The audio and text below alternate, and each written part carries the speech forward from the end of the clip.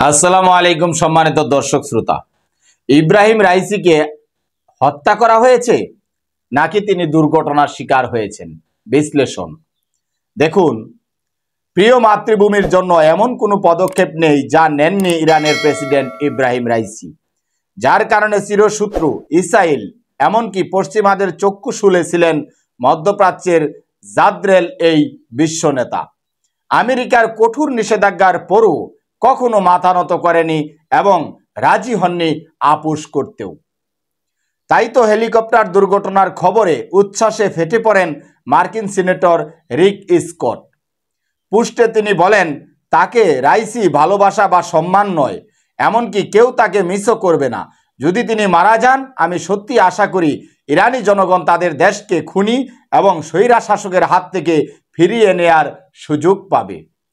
এই উচ্ছ্বাস শুধু মার্কিন সিনেটরদেরই নয়, যেন ইসরায়েল আমেরিকার প্রতিশ্রুতি।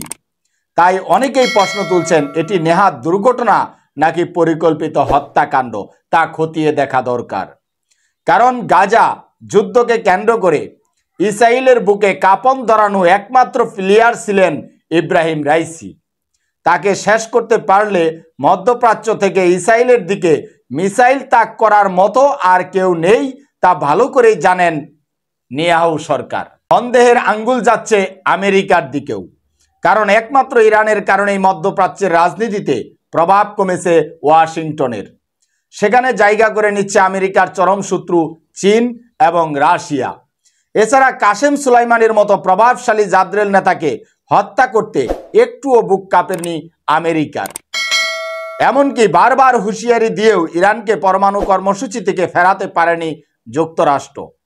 ফলে রাইসিকে টার্গেট করতে পারে বাইডেন প্রশাসন, সেই শঙ্কাও উড়িয়ে দেয়া যায় না। তবে খুদ ইরানের প্রশাসন এ নিয়ে কোনো কথা বলছে না। তারা এখন পর্যন্ত দুর্গম পাহাড়ে হেলিকপ্টার বিধ্বস্তের ঘটনাকেই দুর্ঘটনা হিসেবেই তারা দেখছেন।